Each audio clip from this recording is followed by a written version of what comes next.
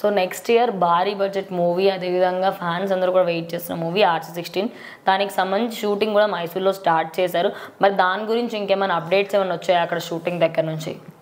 Definitely అండి. నేను విన్న దాని ప్రకారం అయితే బుచ్చిబాబు గారు మాస్ కాదు, అల్ట్రా మాస్ కాదు, ఇంకా మాస్లో ఎంత పిహెచ్డి ఉంటే అంత పిహెచ్డి చేశారని చెప్తున్నారు. ఎందుకంటే సుకుమార్ గారు రామ్ చరణ్ గారిని ఎంత మాస్గా చూపించారో మనం చూసాం రంగస్థలంలో. సో దాన్ని మించి దాని అమ్మ మొగుడులో ఉండబోతుందంట ఈ సినిమాలో మాస్ క్యారెక్టర్. అంటే ఆయన చుట్టు ఉంటుంది కదా, సో అది కాల్చుకుంటూ హీరోయిన్కి ఫుల్, అంటే దానికి ఏమంటారు, ఫుల్ ఎక్స్పోజింగ్ సీన్స్ ఉంటాయంట. సో హీరో ఆ చుట్ట తాగుతా టెంప్ట్ అయ్యే, బెల్లం ఫ్యాక్టరీలో సంథింగ్ ఏదో అక్కడ టెంప్ట్ అయ్యే సీన్స్ తీశారని చెప్పి అంటున్నారు.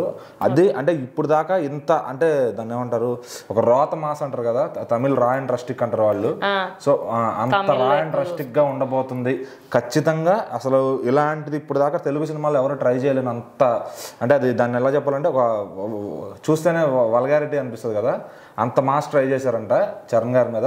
సో ఇప్పుడు దాకా ఏ స్టార్ హీరో చేయనటువంటి ఒక మన తెలుగు ఇండస్ట్రీలో ఇంత మాస్గా ఫస్ట్ టైం చేయబోతున్నారంట రామ్ చరణ్ గారు. సో బుచ్చిబాబు గారు అంత కల్ట్ మాస్ క్యారెక్టర్ రాసుకున్నారని తెలుస్తుంది. సో మన జాన్వీ కపూర్ గారి నుంచి కూడా ఫుల్ ఆఫ్ బ్యూటీ ఎంత ఉంటే అంత తీసుకోవాలని ఆయన ట్రై చేస్తున్నారని తెలిసింది. సో ఆ సెట్లో ఉన్న అసిస్టెంట్ డైరెక్టర్స్ కానీ వాళ్ళు కూడా ఆశ్చర్యపోయారంట. అంటే ఏంట్రా ఇలా ఉంటుంది, అంటే ఇలా కూడా తీస్తారా అని చెప్పి.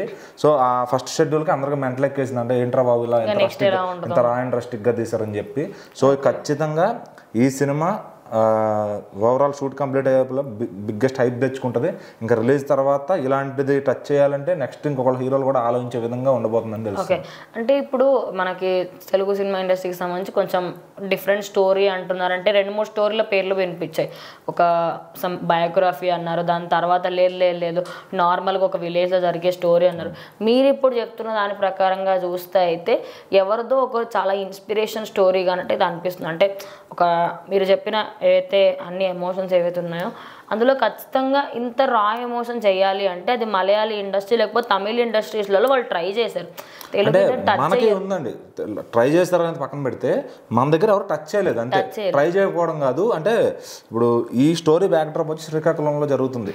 అందుకని ఆయన ఆడిషన్స్ కూడా శ్రీకాకుళం వాళ్ళ దగ్గర చాలా ఒక దగ్గర 20 days పైన అక్కడ ఉండి ఆయన ఆడిషన్స్ తీసుకుని యాక్టర్స్ని సెలెక్ట్ చేసుకున్నారు ఆ లాంగ్వేజ్ కోసం, ఇంకా ఈజీగా ఉంటుందని. సో అలా తీసుకుని ఆ శ్రీకాకుళం బ్యాక్ డ్రాప్లోనే ఈ బెల్లం తయారీ అనేది చేస్తారు. సో అక్కడికి వెళ్ళి షూట్ చేస్తే క్రౌడ్ అనేది ఉంటారు కాబట్టి సో వీళ్ళు ఒక చోట సెట్ వేసుకుని అదే తయారీని అక్కడ ఏర్పాటు చేశారు. సో అది బుచ్చిబాబు గారికి ఉన్న విజన్ అది. ఎందుకంటే ఆయన ఆ బ్యాక్ డ్రాప్ నుంచి వచ్చినాయని కాబట్టి ఆ స్లాంగ్ అంతా ఆయనకు అలవాటు ఉంటుంది కాబట్టి.